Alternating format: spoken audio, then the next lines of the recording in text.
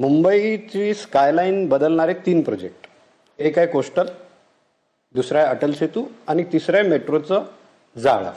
बरोबर? बिलकुल. या तिन्हीचं श्रेय त्यांचं नाही. संबंध काय?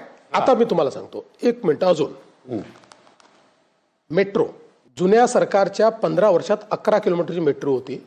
त्याच्या पलीकडे काही झालं नाही. मी ज्यावेळेस मुख्यमंत्री झालो त्यावेळेस मी हा निर्णय केला की MMRDA नुसता पैसा जमा करते, तो खर्च करत नाही, इतके फिक्स डिपॉझिट फक्त करून ठेवले आहेत. आणि मुंबईची हालत अशी आहे की IT रिव्होल्युशन मुंबईतनं हैदराबाद आणि हे जे बंगलोरला गेलं, इन्फ्रास्ट्रक्चर डेफिसिटमुळे गेलं. आपण तयार नाही केलं.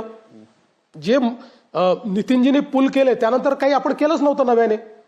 आणि म्हणून मी हा निर्णय केला की आम्ही या ठिकाणी मेट्रो करू. तुम्ही बघा, आम्ही ज्यावेळेस पहिल्यांदा मेट्रो प्लॅन केल्या त्यावेळेस आपल्या भरोश्यावर केला. आम्ही केंद्रालाही पैसे नाही मागितले. 417 किलोमीटर 437 किलोमीटरचं मेट्रोचं नेटवर्क हे 3 वर्षामध्ये मी प्लॅन केलं, त्याचं एक्झिक्युशन चालू केलं. आज त्यातले 200 किलोमीटरचं मेट्रो जवळपास म्हणजे 100 किलोमीटर डिलिव्हर झालंय, अजून 100 किलोमीटर आता डिलिव्हर होत आहे. आता देशामध्ये दिल्ली नंतर सगळ्यात मोठं नेटवर्क आपलं आहे. आणि हे जे काही आपण या ठिकाणी केलं, हे करत असताना त्याला विरोध करणारे हेच होते. कोणी विरोध केला? हेच सांगायचे मेट्रोची काय आवश्यकता आहे.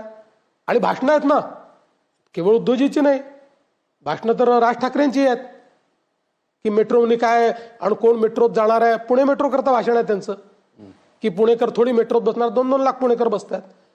मी तुम्हाला एकच गोष्ट सांगतो की हे विकास विरोधी आहेत. यांना विकास चालतच नाही.